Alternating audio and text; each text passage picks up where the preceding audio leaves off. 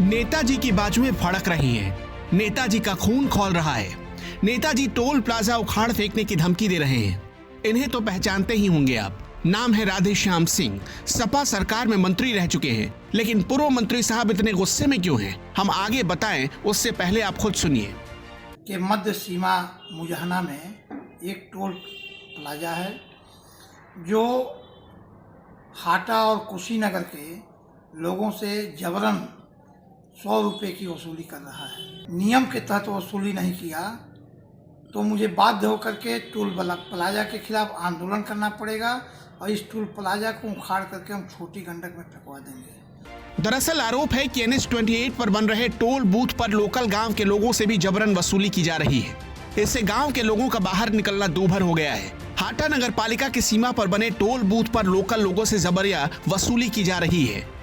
दिन में कई बार लोकल लोगों का यहां से आना जाना होता है। गांव के लोग बार बार बताते हैं, मिन्नत करते हैं, टोल कर्मियों को अपना परिचय देते हैं, लेकिन बताने पर भी टोल कर्मी नहीं मानते।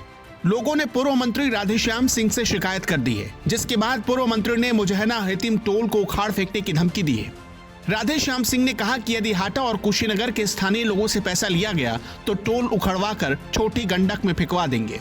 कि मध्य सीमा मुजहना में एक टोल प्लाजा है जो हाटा और कुशीनगर के लोगों से जबरन 100 रुपये की वसूली कर रहा है। नियम के तहत वसूली नहीं किया तो मुझे बाध्य होकर के टोल प्लाजा के खिलाफ आंदोलन करना पड़ेगा और इस टोल प्लाजा को उखाड़ करके हम छोटी गंडक में फेंकवा देंगे। कि जब हम लोग नई गाड़ी खरीदते हैं तो 28% GST दे रहे हैं, वो सरकार ही ले रही है, और 10% हम लोग रोड टैक्स के नाम पर दे रहे हैं। यानी अगर हम 20 लाख की गाड़ी खरीदते हैं तो लगभग 4,80,000 रुपये हम सरकार को एक मुश्त देते हैं। हमसे कई तरह के टैक्स लिए जा रहे हैं। पेट्रोल पर टैक्स है, डीजल पर टैक्स है, तो टोल टैक्स की तो कोई ज़रूरत नहीं है।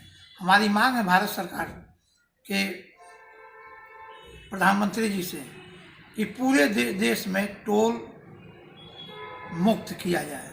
राधेश्याम सिंह सपा सरकार में पूर्व राज्य मंत्री रहे। सपा सरकार में जैसे टोल और थाने को हाँकने की आदत लगी हुई है, इसलिए उन्होंने फिर से धमकाना शुरू कर दिया। राधेश्याम सिंह हाटा विधानसभा से सपा के विधायक भी रह चुके हैं। अब विधायक रह चुके हैं तो जाहिर सी बात है लोगों को उनसे अपेक्षा होगी। गांव के लोग अगर परेशान हैं तो इस परेशानी को DM को बताया जा सकता था, अधिकारियों से गुहार लगाई जा सकती थी।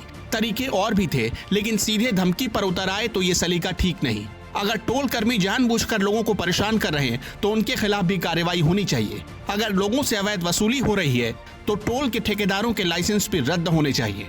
कुशीनगर से टीपू सुल्तान की रिपोर्ट।